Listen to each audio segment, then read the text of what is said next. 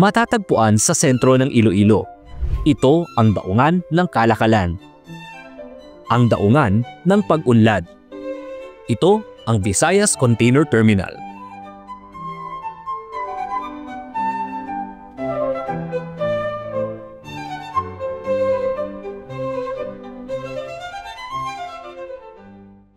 Sa loob ng Baseport Iloilo, isa sa pinakamalaki at modernong container terminal sa Western Visayas. Abala ang mga tauhan nito para sa mga dumarating na kargamento.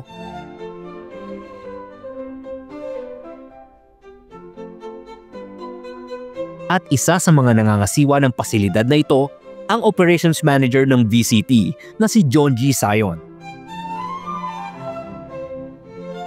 Kwento niya kung noon daw kulang sa mga ekwipo ang pantalan na ito. Ngayon, mas lumawak at nag-upgrade na ito.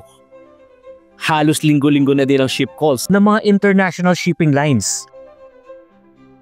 Before si BCT, nakita namin yung mismo sa productivity pa lang, nakikita natin na medyo nasa 8 lang sila per moves per hour.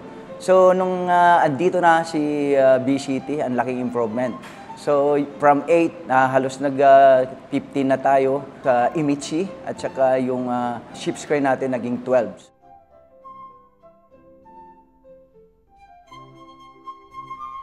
Ang mga malalaking pagbabago na ito sa VCT nagresulta ng mas magandang daloy ng kalakalan sa isla ng Panay.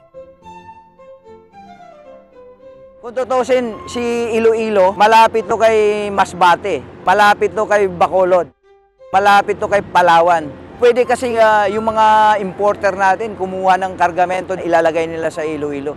Gawin nilang hub to eh. Pwede kasi mag-kosto ng job opportunity sa atin, income. So magandang opportunity to para sa Island of Panay. At upang matugunan ang mga pangangailangan sa pantalan, nitong Oktubre 2024, 2 moderno at makabagong mobile harbor cranes ang itinayo sa VCT. Tunay nga na nabago nito ang takbo ng kalakalan.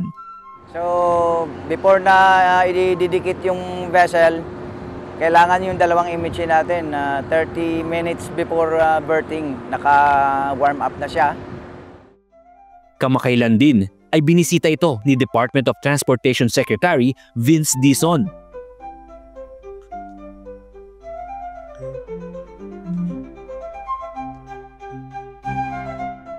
Sa tulong ng VCT at ng modernong pasilidad na ito, mas napapaangat nito ang ekonomiya, hindi lang ng isla, pati ang ekonomiya ng bansa.